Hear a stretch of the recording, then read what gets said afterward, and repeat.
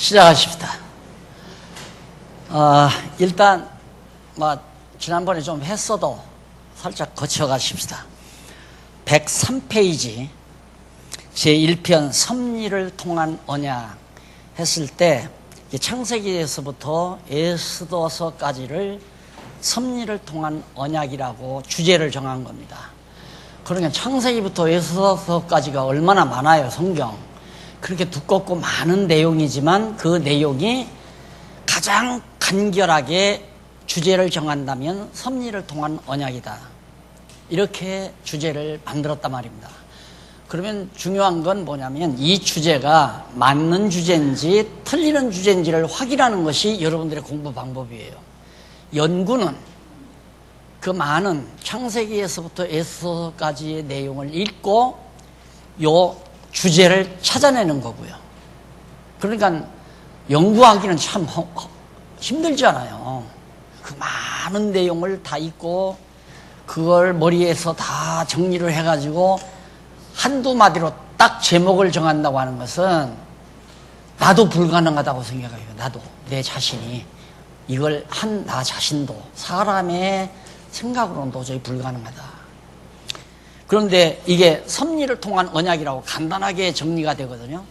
창세기부터 에스더서까지가. 근데 이게 맞는 얘기인가 틀리는 얘기인가 그걸 확인하는 건데, 그걸 확인하려면 이제 하나하나 살펴봐야 하잖아요. 하나하나 살펴보는데, 첫째는 창세기 이제 1장에서부터 창세기 1장에서부터 36장까지 바로 나오죠. 그 세 번째 줄에 두 번째 뒷부분에 보면 그 내용을 세분하면 세세하게 나누어 보면 1장에서 36장은 여호와 하나님께서 인류의 시조와 선민의 열조에게 세 가지 언약, 3대 언약을 세우시는 역사 섭리 내용이다.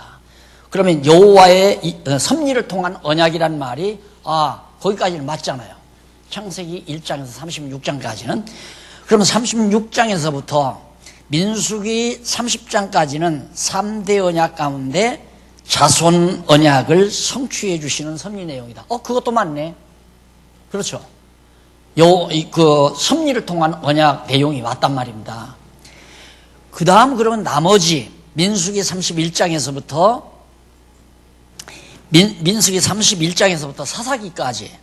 그럼 그건 뭐냐? 3대 언약 가운데 땅 언약 성취 섭리 내용이다. 그것도 맞고. 그 다음 마지막으로 이제 룻기에서부터 에스더서까지가 3대 언약 가운데 통치 언약을 성취하시는 섭리 내용이다. 통치 언약을 성취하여 주시는 역사 섭리 내용이다. 그것도 맞네. 진짜 창세기에서부터 에스더서까지가 섭리를 통한 언약이 맞구나. 이거 알면 이제 개론적으로 여러분들이 다 안 겁니다. 이것만 알면. 그러면 또 확인될 게 뭔가? 정말로 1장부터 36장까지가 정말로 하나님의 언약인가? 1장에서 창세기 1장부터 36장까지가 아담과 그 다음 인류의 시조 선민, 인류의 시조와 선민의 열조에게 3대 언약을 세우는 내용인가? 1장에서 36장까지가. 그걸 확인해야 되잖아요. 그걸 확인하는 장면이 어디에 나오느냐면 104페이지에 나와요. 상단에 딱 나오죠. 그러니까 여러분들이 공부하는 방법을 지금 간단간단 멘트하면서 지금 지나가는 겁니다. 자, 그러면 1장에서 36장까지가 정말로 하나님의 언약 섭리인가? 그걸 대충 개략적으로 정리를 해보니까 1장에서 10장까지, 창세기 1장에서 10장까지는 여호와 하나님께서 인류의 시조 아담에게 언약을 세우시는 내용이고, 맞네? 진짜 맞구나. 인류의 시조 아담에게 언약을 세우셨구나. 그럼 12장에서부터 36장까지는 후반부죠. 36장까지는 선민의 열조 아브라함과 이삭과 야곱에게 언약을 세우시는 내용이다. 정말 맞구나. 제목과 맞잖아요. 그러니까 1장에서 36장까지가 하나님의 언약 섭리 맞은가? 보니까 인류의 시조와 언약이 11장까지 나오고 12장부터 36장까지가 선민의 열조 아브라함과 이삭과 야곱에게 3대 언약을 세우시는 내용이고, 자꾸 이렇게 축소에 들어가죠. 세분에 들어가죠. 세분에 들어가는데 결국 세분하게 나누어져 가지고 양쪽 가구까지 나오는 거예요. 그게 이제 거슬러 올라가면 마지막 이제 언약 섭리가 딱 나오는죠. 바로 섭리를 통한 언약. 이게 제목으로 딱 1권. 1권이 아니라 1편. 자, 그러면 인류의 시조와의 언약이 정말 맞은가? 1장부터 11장까지가 그걸 확인하시라 말입니다. 그걸 확인하는 게 공부다. 1장에서 11장까지가 정말 인류의 시조와 언약하는 내용인가? 그러면 대략적으로 살펴보니까 1장에서 2장은 여호와 하나님께서 인류의 시조 아담에게 언약을 세우시는 내용이고, 맞구나. 1장에서 2장까지가. 그 다음 3장에서 11장까지는 여호와 하나님께서 아담의 언약 자손을 보호하여 주시는 하나님, 여호와 보호하여 주시는 내용. 언약을 했으니까 언약 자손 보호해야 되잖아요. 그게 이제 노아 홍수 사건과 그 속에 다 들어가는 겁니다. 노아 그 당시 모든 인류 다 죽이지만은 남겨놓아야 되잖아요. 언약을 이루시려면. 그래서 노아 가정을 하나님께서 딱 남겨놓으시는 섭리가 바로 11장까지 내용이에요. 자, 그러면 11장까지 내용 속에서 그러면 정말로 1장과 2장이 아담과 언약을 세우시는 내용인가? 거기에 대한 확인은 105페이지 가로 없는 1번 딱 나오죠? 아담과 언약 수립. 아까 그 분해에서 처음 이쪽 104페이지 제1절 인류의 시조와 언약, 곧 바로 나오는 첫 문단이 분해예요. 내용 분해. 이게 내용 분해가 아니라 의미 분석이죠. 의미 분석. 그게 1장에서 11장까지를 따로 나누어서 분석해 놓은 것. 그리고 그 다음 문단은 그 분석해 놓은 것을 하나로 엮어서 간추린 1장에서 11장까지를 간단하게 요약 정리한 겁니다. 대강의 줄거리.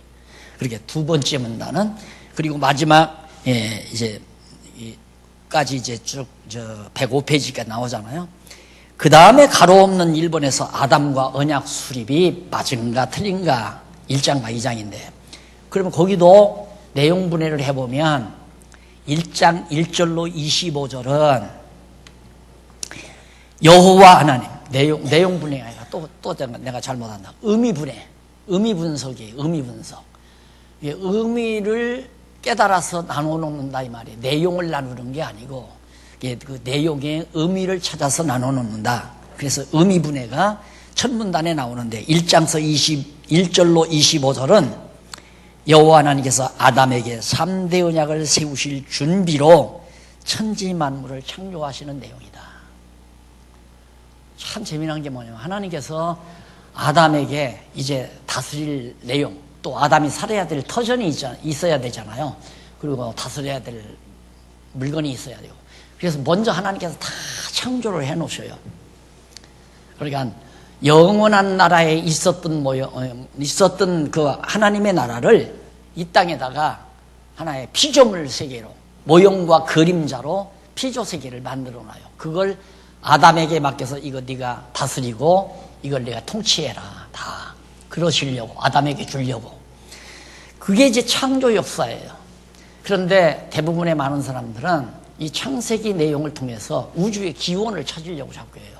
하나님께서는 우리에게 우주의 기원을 알려주려고 창세기를 기록한 게 아니거든요. 내가 인류의 시조 아담과 언약을 맺기 위해서 다스리고 통치해야 될 그 세계를 내가 먼저 지어놓는다. 그 지어놓는 걸 간략하게 하나님께서 설명해 놓은 거란 말입니다. 그게 창조기사예요. 그래서 1절로 25절까지가 바로 3대 언약을 세우시려고 하나님께서 준비하시는데 그 준비물로 천지만물을 창조하는 내용이다. 그 다음 26절로부터 2장까지는 아담을 창조하시고 그에게 3대 언약을 세우잖아요. 자, 언약 세우실 모든 자료를 다 준비해 놓고 그 다음에 그 모든 세계를 다스리고 지켜야 될 아담을 지어서 너 이거 정복하고 네가 다스려라. 생육하고 번성해가지고 그렇게 언약을 세우는 것이 이제 2장까지 딱 소개됩니다. 자, 그럼 이 정도만 여러분들이 이제 공부해도 과거에 성경 강론을 다 들었기 때문에 다시 한번 환기가 되잖아요. 아, 성경이 그렇게 어려운 것이 아니구나. 쉽고 간단하고 명쾌하구나. 오늘 또 잠깐 첫 시간 마치고 새로 공부하러 오시는 분들 만났더니만 요즘 새로 강론집을 가지고 공부하는 팀에서 공부하는 젊은이들이 너무도 명쾌하네요 그러더래요. 너무도 명쾌하다고. 근데 내가 이 얘기하기가 참 쑥스럽기는 하지만 사실 저는 이 성경 신학이 탁월하다는 얘기를 수도 없이 들었어요. 듣는 사람마다 탁월하다 이거예요. 탁월합니다. 이번에 우리 김기용 목사님 미국 가서도 아마 정말 학생들 많이 놀랐을 거예요. 그 학생, 그 참석한 사람들이 이 학계에 어디에도 없는 성경 자체의 이론이 그냥 빠져나오니까 이 소식을 지금 자꾸 한국 교계가 알아가고 있는 거예요. 이 소식을 알게 모르게. 그래서 처음 말씀운동은 우리 일반 성도들을 중심으로 이게 각 지방에서 일어나더니만 지금은 안 그래요. 목사님들을 중심으로 자꾸만 일어나요. 이게 이제 하나님께서 한국교회를 사랑하는 징조 아닌가 이런 측면에서 내가 지금 바라보고 있는데 하나님 하시는 일을 봐야죠. 박용기가 하는 일이 아니라 하나님이 해가시는 일이니까. 그래서 정말 탁월하다. 왜? 빈틈이 없으니까. 성경이 어디 빈틈이 없잖아요. 꼬박꼬박 정확하게 핵심을 잡아서 의미 분석해주고 의미 분석해서 나눠놓은 것을 서로 연결해서 하나의 대강의 줄거리. 그게 두 번째 문단에 나오잖아요. 대강 줄거리가. 그러면 두 번째 문단을 읽어보면 창세기 1장에서 2장까지의 내용이 줄거리로 간단하게 쭉 대강의 줄거리가 나와요. 아, 맞다. 우리 성경 아니까. 아, 맞다, 정말. 공부를 그렇게 해가다 보면 안 믿을래야 안 믿을 수가 없잖아요. 그냥 믿어지는 거예요. 맞다. 내가 지난번 그랬죠? 지금 폐암으로 고생하시는 자매 한 분이 계시는데 지방에 분이 하나님 생명 하나님이 다 주관하십니다. 죽고 사는 건 난 모릅니다. 그러면서 앉아서 공부만 하는 거예요. 공부만 한다는 소식을 듣고 너무너무 마음이 편하다는 거야. 너무너무. 왜? 하나님 나라가 너무 분명하고 하나님 살아계신 게 분명하고 읽으면 읽을수록 맞다. 내가 늘 지난번에도 말씀드리잖아요. 우리 인간의 두뇌가 여기 뇌가 얼마나 복잡합니까? 막 뇌가 이렇게 복잡하게 생겼는데 우리 뇌리가 그렇게 해서 두 뇌로 이렇게 나눠져 있잖아요. 여기서 이게 뭘까? 눈으로 보면서 이게 무슨 내용일까 하고 의문이 생겨요. 그러면 하나님께서 지혜를 줘서 그 의문이 풀리면 맞다 하면 이게 뚫려가요. 또 의문이 생기면 막 골치가 아프잖아요. 풀리지 않으니까. 그러다가 또 맞다 하면 또 뚫려가고 막 의문이 생겨서 그냥 헤매다가 또 맞다 하면 또 뚫려가고 맞다 하면 뻥 뚫리면 바로 그것이 명철이고 총명이다. 그러면 시원하잖아요. 편안해지고 머리가 편안해야 우리 인간이 정말 평안하고 행복한 거죠. 근데 우리는 과거 그러잖아요. 양반 상민이 뭐냐? 양반은 일 안 하는 게 양반이고 상민은 땀 흘리고 일하는 게 상민이고 그래서 일 안 하는 것이 편안한 거고 행복으로 그렇게 착각을 하면서 배워온 거예요. 우리 세대들이. 근데 그게 아니에요. 머리가 편안해야 돼요. 문제가 다 없어야 한다. 그럼 성경을 잘 공부하다 보면 계속해서 맞다밖에는 없는데 나는 전화번호를 제가 알리지를 않았어요. 왜? 잠 못 잘까봐. 공부하다 말고 막 지방에서 전화를 해가지고 30분, 1시간씩 막 이게 뭡니까 물으면 얼마나 내가 골치 아프겠어요. 그래서 전화번호를 내가 안 알렸잖아요. 묻는 사람이 없어요. 가끔 전화 와가지고 목사님 너무 분명합니다. 목사님 행복합니다. 그 말 들으면 모든 피곤 싹 풀리지요. 그 전화 하나만 받아도. 그러니까 지금 공부하는 방법이에요. 의미 분석 첫 문단에서 딱 해놓고 그 의미 분석된 내용을 연결해서 대강의 줄거리, 핵심 줄거리를 딱 잡아놔요. 그러면 예를 들어 창세기 1장에서 36장까지가 대략 어떤 내용의 줄거리다 하는 것을 한 두 서너 너도 줄로 딱 요약해서 대강 줄거리를 써놓죠. 그러면 다 파악되잖아요. 그럼 더 자세히 알고 싶으면 다음 문단으로. 그러니까 1장에서 좀 더 알고 싶으면 1절로 내려가고, 1절에서 더 알고 싶으면 가로 없는 일본어로 내려가고, 가로 없는 일본에 더 세밀하게 알고 싶으면 한쪽 가로 일본어로 내려가고, 거기서 더 세밀하게 알고 싶으면 양쪽 가로로 가고, 양쪽 가로에서 더 세밀하게 알고 싶으면 그 밑에 몇 절부터 몇 절까지 그거 하고, 그걸 더 세밀하게 알고 싶으면 이제 강문집으로 들어가면 돼요. 그렇죠? 그걸 더 세밀하게 알고 싶으면 강문집 들어가면 규절 단어마다 다 풀이해서 설명해 놨으니까 공부하는 방법 아셨죠? 첫 큰 제목 편에서 야 이게 뭔가 하면 거기 이제 나눠놓은 거, 의미 분해해 놓은 거, 의미 분해해서 그걸 연결해서 간단한 대강 줄거리한 거, 거기서 좀 더 알고 싶으면 편에서 장에서 절로, 절에서 한쪽 가로 없는 일로, 가로 없는 일에서 더 알고 싶으면 한쪽 가로 1번, 거기서 더 자세히 알고 싶으면 양쪽 가로, 더 자세히 알고 싶으면 몇 절로 몇 절까지, 그걸 더 자세히 알고 싶으면 몇 절로 몇 절까지 성경 강론집에서 찾아가지고 확인해 보면 다 단어 하나 안 떼고 다 설명해서 깔끔하게 정리해 놨잖아요. 이 공부를 그런 방식으로 하면 내가 볼 때 여러분들은 한 번만 하면 딱 정리됩니다. 한 번만. 그래서 내가 부지런히 하면 1년 반 내지 2년, 조금 게으름 핀다 하더라도 3년이면 마스터합니다. 마스터하고 나면 힘이 나잖아요. 정말 영혼에 힘이 솟아요. 나는 뭐를 위해서 살까? 하나님께서 나에게 무슨 은사를 줬나? 뭘 해야 사는 맛이 나죠. 그렇잖아요. 내가 뭘 해야. 그게 이제 하나님께서 은사를 깨닫게 하면 그걸 위해서 같은 은사를 받은 사람들끼리 선한 일 하며 사는 거. 그게 신앙생활이에요. 그게 교회생활이에요. 그게 무더기가 서로 믿는 것과 아는 거. 믿는 것과 아는 일에는 같은 거니까. 그냥 뭉쳐지면 그게 교회 조직이 되는 거고. 예? 그게 교회 조직 아니에요. 그 조직이 인간이 이렇게 조직을 짜는 게 아니라 성령께서 각자에게 은사를 주어서 조직을 짜는 거예요. 근데 그걸 내가 목회 과정에서 치밀하게 가르쳐 드리지 못한 거 지금도 많이 후회를 하죠. 후회보다도 하죠. 내가 그동안 쓴다고. 그래서 어떤 때는 좀 죄송한 얘기지만 내가 한 30년 전에 강론집을 다 써놓고 목회를 시작했어야 하는데 목회하면서 목회 끝나자마자 강론집을 다 끝내놨으니 이게 이제 거꾸로 된 거 아니에요. 거꾸로 된 거. 그래서 나는 이건 후배들의 몫이다라고 생각을 했죠. 후배들이 이제 강론집을 철저하게 가르쳐서 정말 성경이 말하는 교회 모습으로 잘 자리 잡게 줄 거라는 그런 생각을 늘 가지고 한평생 살아온 거 아닙니까? 이게 지금 그렇게 돼가게 될 거예요. 왜? 그걸 누가 사람이 하는 게 아니라 성령께서 해요. 성령께서. 그냥 그걸 믿죠. 확실하게.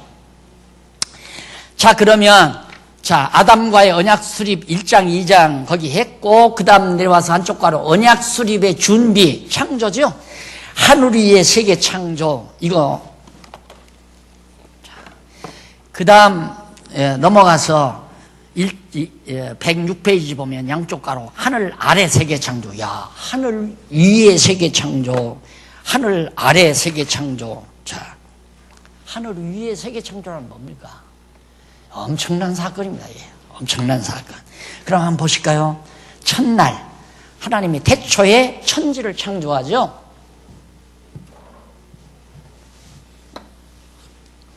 태초에 했을 때 대부분의 많은 성경학자들은 태초를 여기를 생각해요. 태초.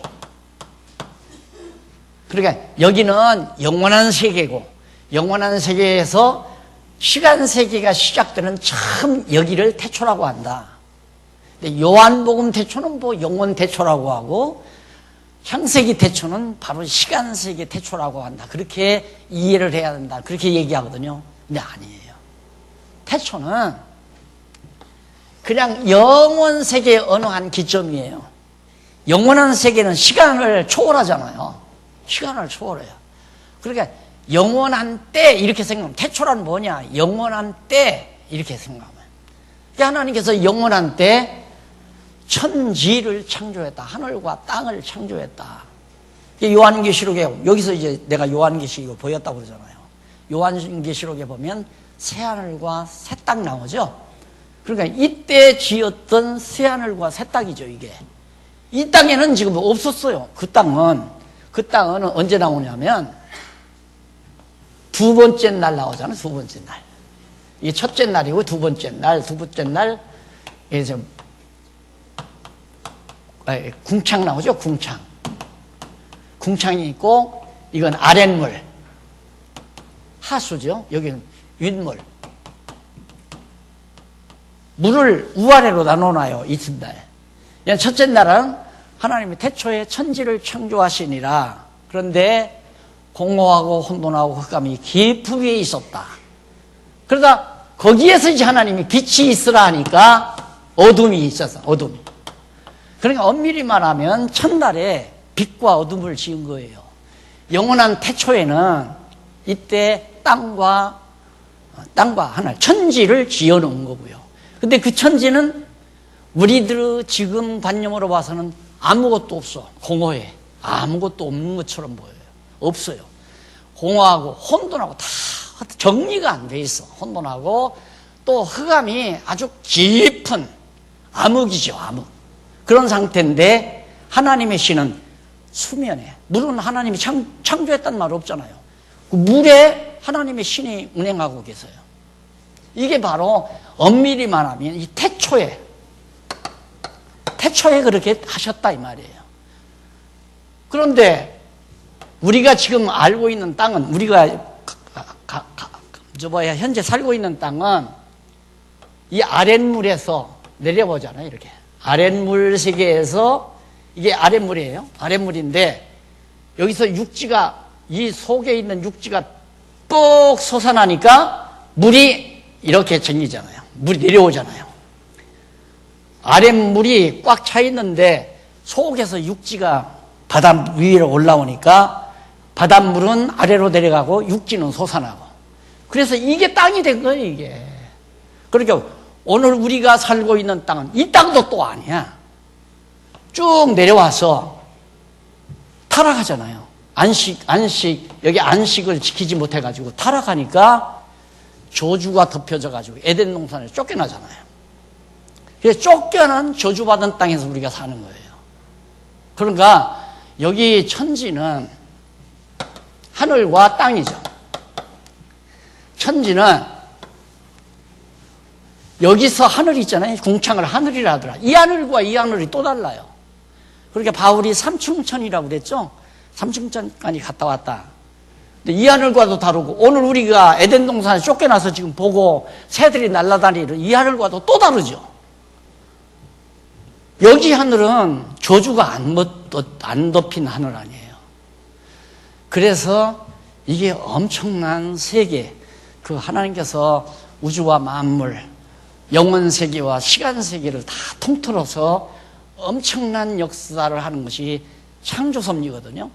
그런데 과거 성경학자들은 여기 하루, 이틀, 3일, 4일, 5일, 6일 이렇게 따져서 지구의 연대가 뭐 150억 년이라나 뭐 얼마나 그건데, 오늘 성경에는 뭐 6천 년밖에 안 된다.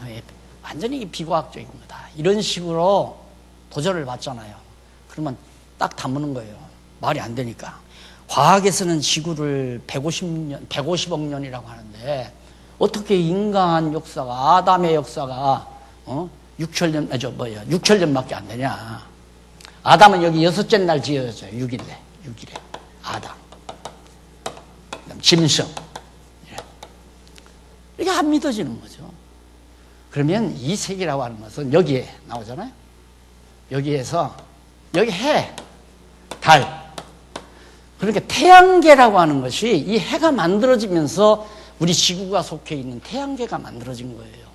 그건 타락하기 이전에 태양계죠. 근데 타락한 이후에 쫓겨난 것은 해도 저주를 받고 달도 저주를 받고 하늘도 다 저주가 덮인 이 저주의 세상에서의 태양계를 우리가 살고 있는 거란 말입니다. 그러게 이 세계는 지금 우리가 생각하는, 여기는 더 말고 여기는 하루가 천년 같고 천년이 하루 같은 곳이니까 그렇잖아요. 이런 엄청난, 그러면 태양계가 생기기 전 24시간 하루라고 하는 것은 이때도 아니란 말입니다. 오늘 우리가 24시간 하루라고 하는 타락한 이후에 태양과 관계한 우리 태양계에서 24시간이지 여기가 왜 24시간이겠는가. 더더군다나 이 빛이 주관할 때의 세계라고 하는 것은 24시간일지 240억 년일지 그걸 누가 알아요. 하루가 천년 같은 이런 세계인데. 그러니까 이 창조 기사를 너무 간단하게 생각해가지고 성경이 뭐 지구의 역사가 6천년이다 하는 건 말도 안 된다. 과학에서 보면 뭐 150억만 년이라고 뭐 이렇게 나오는데 비교가 안 된다. 비과학적이다. 이래가지고 성경을 자꾸 부인하는 거 아니에요. 몰라 해서 몰라. 무지해가지고. 너무 분명하죠? 자, 여기는 바다와 육지. 이거 육지와 바다. 나오죠. 이게 다 물에 잠겨버리니까. 육지가 올라오니까 올라올 만큼 물이 가라앉을 거 아니에요. 그리고 해와 달, 별. 그 다음 여기는 바로 짐승이죠. 여기는 새, 공중의 새. 그 다음 남, 식물이죠. 식물. 땅에는 식물이 나고 하늘에는 공중에는 새들이 날고, 그리고 여섯째 날 사람과 아담과 짐승을 지어놓죠. 그러니까 아담은 이때 여섯째 날에 이게 타락하기 이전에 이 태양계를 통해서 그때는 24시간인지 240시간인지는 그건 모르죠. 정확하게 안 나오니까.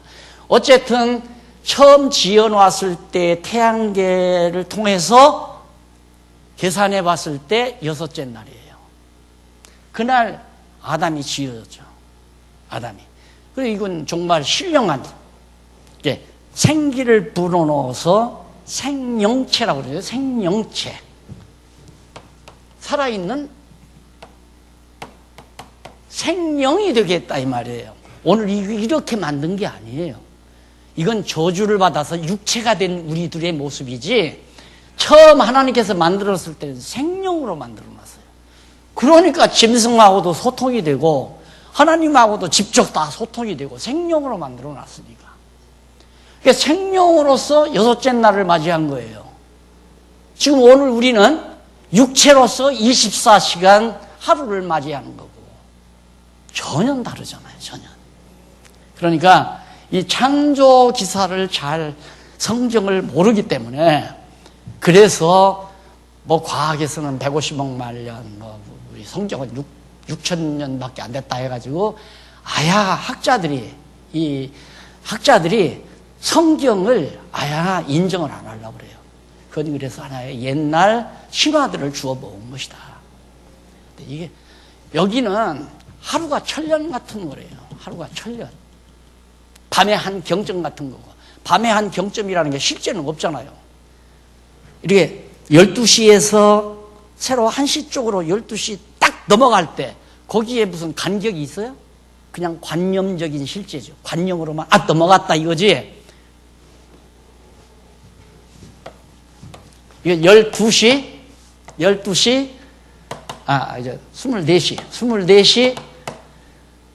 24시 59분 9초 9 이렇게 쭉 나간다 이거예요. 한없이 나가는 거죠. 그 다음 여기 와서 이제 새로 1시, 여기인가? 12시. 여기가 1시. 새로 1시. 1시 0.0000. 우리 한 장로님이 하셨는데, 이 공간이 없어요. 이게, 여기는 어제고, 여기는 오늘이다. 오늘과 어제 사이에 이런 간격이 없다 이 말. 있을 수가 없어요. 경점이라는 게 바로 그거예요. 그냥 딱 이 점 보이잖아. 이거는 경점이 아니에요. 너무 부피가 크단 말입니다. 그냥 순간이죠. 여기가 어떤 곳이냐? 천년이 밤의 한 경점 같은 곳이라. 말년도 마찬가지. 천년이 병정 같을 뿐만 아니라 말년도 10만년도 담해한 경정 같은 것이 영원한 세계예요.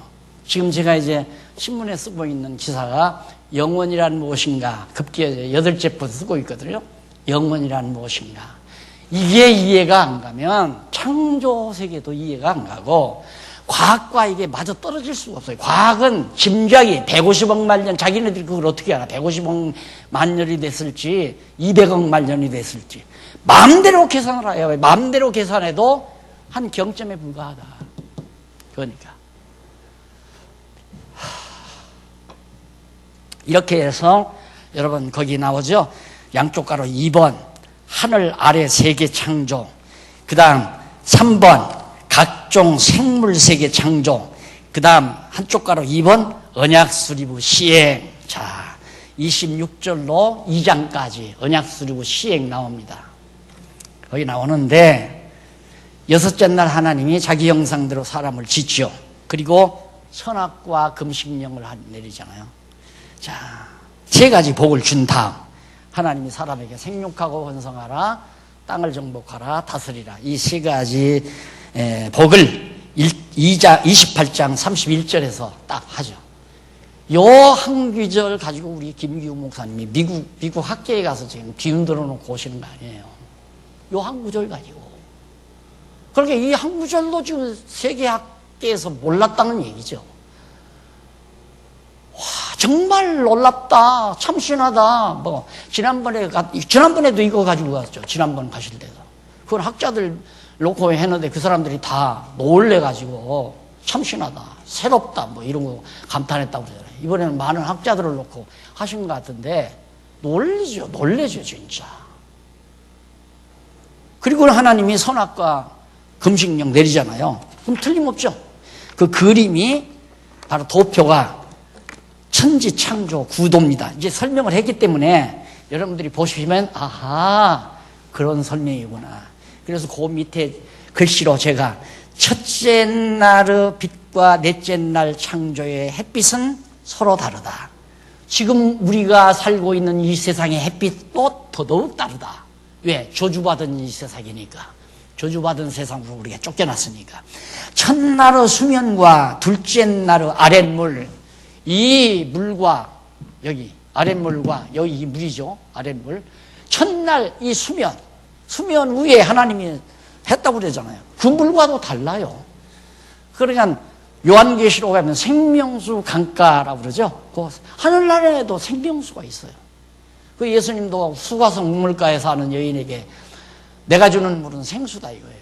너는 먹으면 한 번 먹으면 영원히 죽지 아니, 영원히 목마르지 아니하는 생수다. 네가 주는 물은 먹어도 우리가 지금 이 땅 위에서 사서 먹는 물은 먹어도 또 목마르잖아요. 그러나 하나님 나라 가서 영원한 나라에 가서 마시는 물은 한 번 먹으면 영원히 목마르지 아니하는 생명수 강가에 사시사철 나무들이 자라서 열매를 맺게 하는, 그것도 이제 하나의 환상으로 보여진 거지만은 하나님 나라에 우리가 상상하지 못하는 이 세상과 같은 그런 땅 위에 나무들이 있고 열매들이 맺고가 아니라 더 상상할 수 없는 엄청난 영원한 세계를 하나님이 벌써 준비해 놓으시고 그걸 계시세계에서 보여주었는데 타락함으로 더 이제는 캄캄한 세상에서 하나님을 도저히 알 수도 없고 천국을 소망할 수도 없는 그런 세상에서 오늘 우리 인간들이 사는 거예요.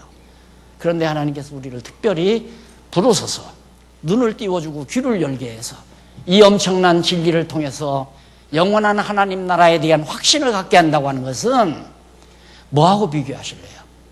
뭐? 아파트하고? 남편 성공하고? 자식들 성공하고? 아무것도 아니에요. 다 해야 할 것들은 여호와 하나님 경외하는 것이 아니면 다 헛되고 헛된 겁니다. 그러니까 저주받은 이 세상에서 해야 할 거, 이걸 주셔서 훈련시키는 것은 여호와 경외하기를 배우게 하시려는 하나님의 섭니다. 그러니까 땅 위에서 우리가 그냥 지지고 볶고 하면서 사는 이유는 여호와 하나님 경외하기를 배우게 하려고 하나님께서 이 저주받은 세상에 우리를 놔두신 거란 말이죠.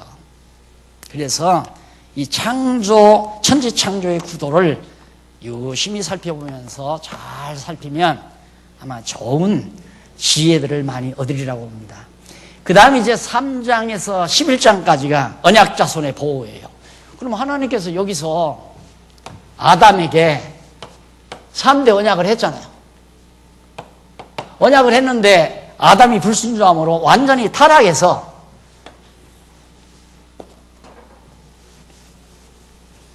안식을 지키지 못하고 안식을 못 지키고 아담이 타락해서 완전히 저주 아래 이렇게 나가 떨어졌단 말이에요.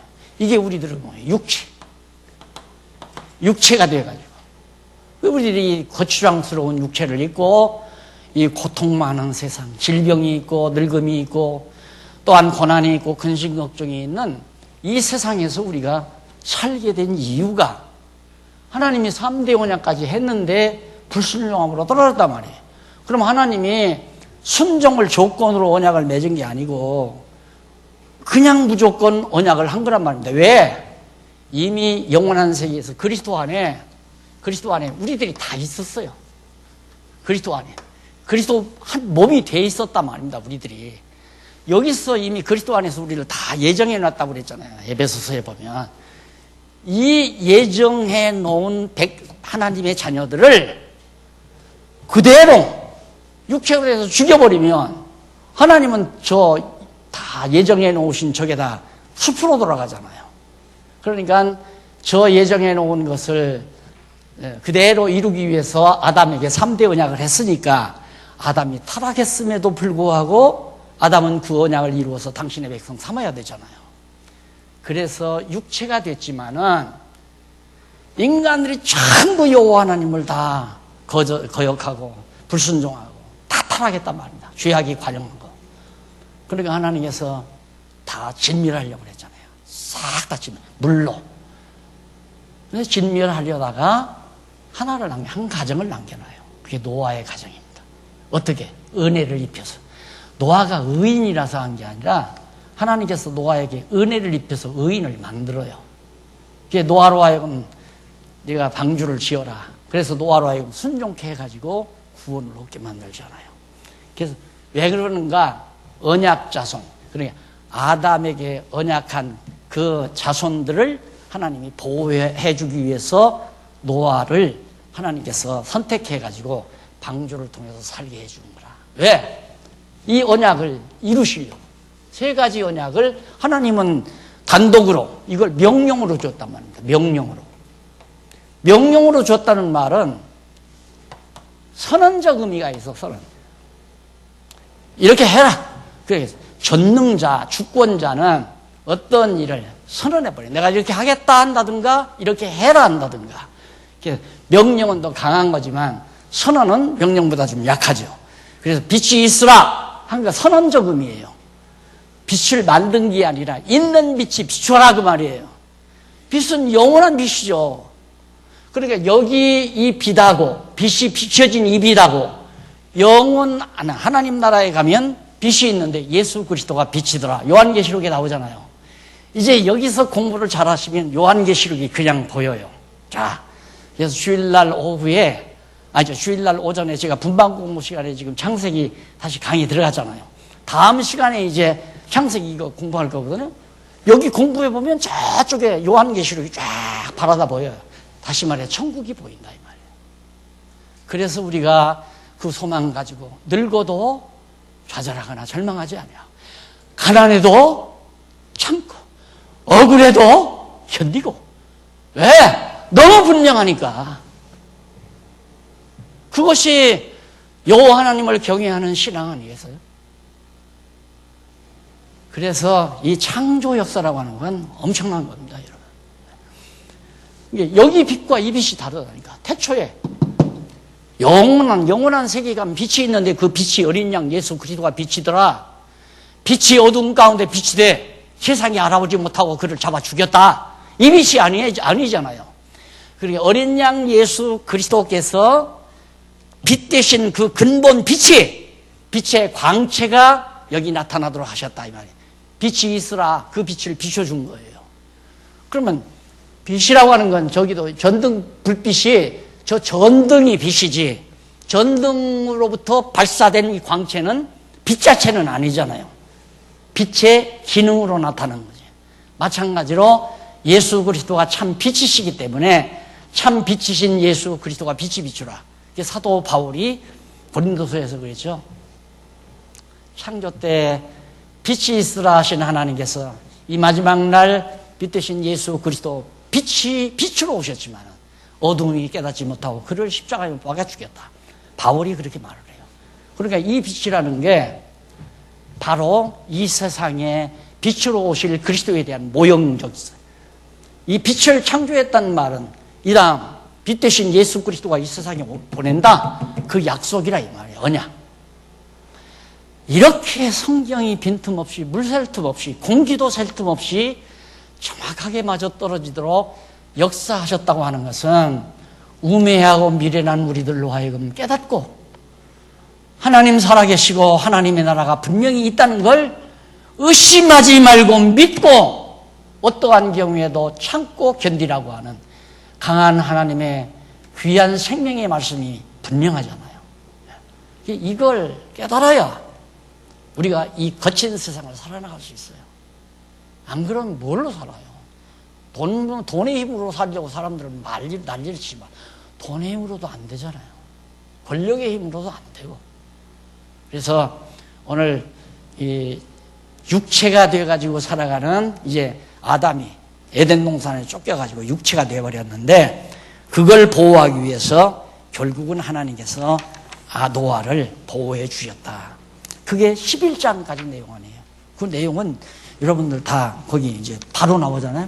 아담이 범죄했지만 이쪽 109페이지 보면 아담의 심판, 하나님의 심판, 아담과 하와를 하나님께서 부르시고 숨은 아담과 하와를 그리고 하나님께서 죄를 범한 아담과 하와에게 책망하시고 그리고 하와에게 저주를 명하시고 그리고 나서 하나님께서 보호를 하는데 3장 20절로 24절 어떻게 보호하는가? 하나님께서 아담과 하와를 위해 가죽옷 지어 입히고 에덴 동산에서 추방하면서 어디든지 보호해 주겠다는 약속을 하시고 그 다음 가인을 심판하면서도 그리고 가인도 역시 이 땅 위에서 너를 해하는 자 하나님이 보호해 주겠다. 가인의 후손도 번창하게 그것이 악인도 악한 날에 적당하게 다 놔두시는 거예요. 가인의 후손 그때 다 죽여버렸으면 이 세상 그냥 천국 돼버리죠. 안 그래요? 근데 하나님이 가인의 후손 살려두잖아요. 그래서 이 세상은 성경에도 있잖아요. 농부 일하는 청지기가 밭에 나갔다 오더니 밭에 잡초가 많습니다. 그거 뽑아버리니까 와서 주인한테 그러니까 가만 놔둬라. 그 잡초를 뽑다가 알곡도 다칠까 합니다. 심판날까지 추수 때까지 그냥 잡초도 자라고 알곡도 자라게 놔둬라 이 말이에요. 심판날에 가서 잡초는 잡초대로 아궁이에 집어넣어버리고 알곡은 알곡대로 창고에 넣을 테니까 아직 잡초를 그냥 놔둬라. 이 세상 악인들이 있는 것 당연한 겁니다. 하나님이 다 놔뒀기 때문에 당연한 거예요. 또 잡초가 훨씬 더 무성하잖아요. 또 잘 자라고. 그걸 보고 낙심하면 안 되죠. 그래서 예레미야 선지자가 주여 어찌하여 이 세상에 악인들이 그렇게 잘 됩니까? 악인들은 자식들도 잘 되고 돈도 많고 형통하고 그 이유를 좀 알게 해 주십시오 하고 오죽하면 예레미야가 탄식하며 하나님께 기도하잖아요. 하나님께서 때가 될 때까지 잡초도 자라고 알곡도 자라고 하도록.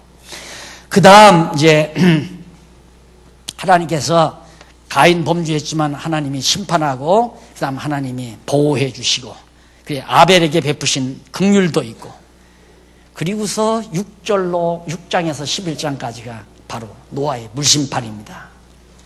인류 심판과 언약, 인류의 죄악 관영했죠. 하나님의 물심판 물로 다 죽여버렸어요. 방조직해 하고 그 다음 하나님의 언약 양쪽 가로 3번 제일 밑에 나옵니다. 111페이지 노아 가족이 여호와 말씀을 듣고 방주에서 나옵니다.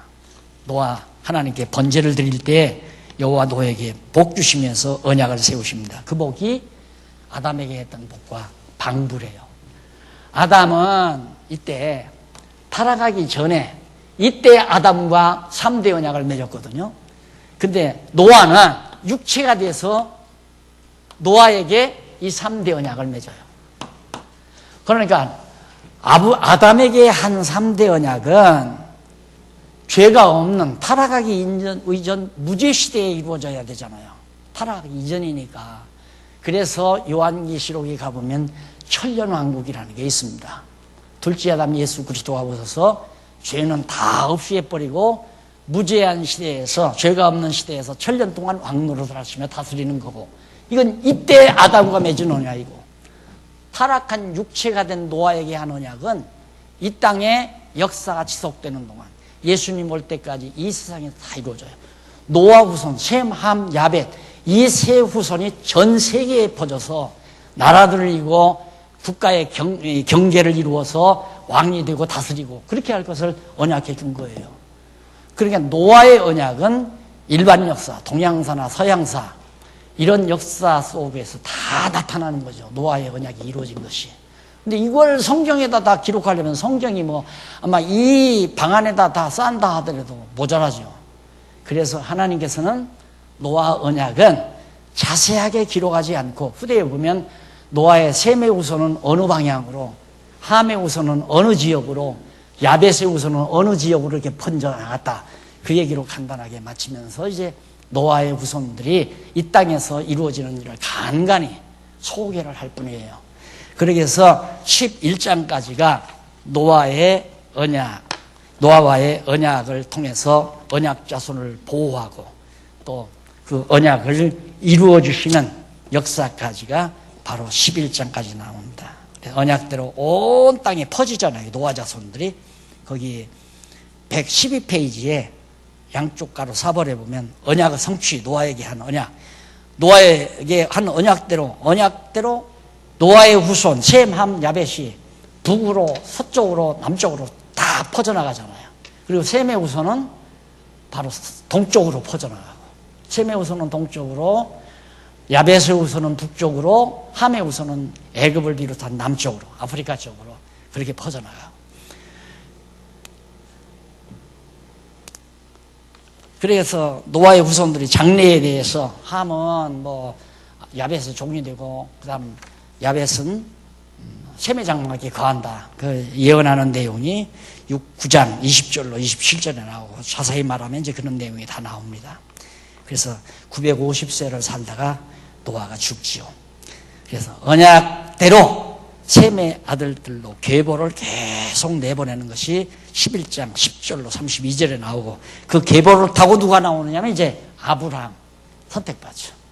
노아의 셈의 후손 가운데서 아브라함 하나를 딱 불러서 국부적인, 지역적인 가나안 땅에다가 나라를 세워서 다스리도록 3대 언약을 맺으시는 장면, 이 장면을 다음 시간 만나서 하기로 하고 오늘 강의 여기서 마치도록 합니다. 기도하십니다. 자비하신 아버지 하나님, 은혜를 감사합니다. 하나님 아버지요, 오늘 배운 말씀 우리의 뇌리에 깊이 새김질되어 땅 위에 살기가 피곤하고 고달퍼도 낙심하거나 절망하지 아니하고 확실하고 분명하게 보여주신 영원한 하나님 나라를 향해서 뚜벅뚜벅 걸어갈 수 있는 믿음의 담력을 허락해 주시옵소서. 예수님 이름으로 기도드립니다. 아멘.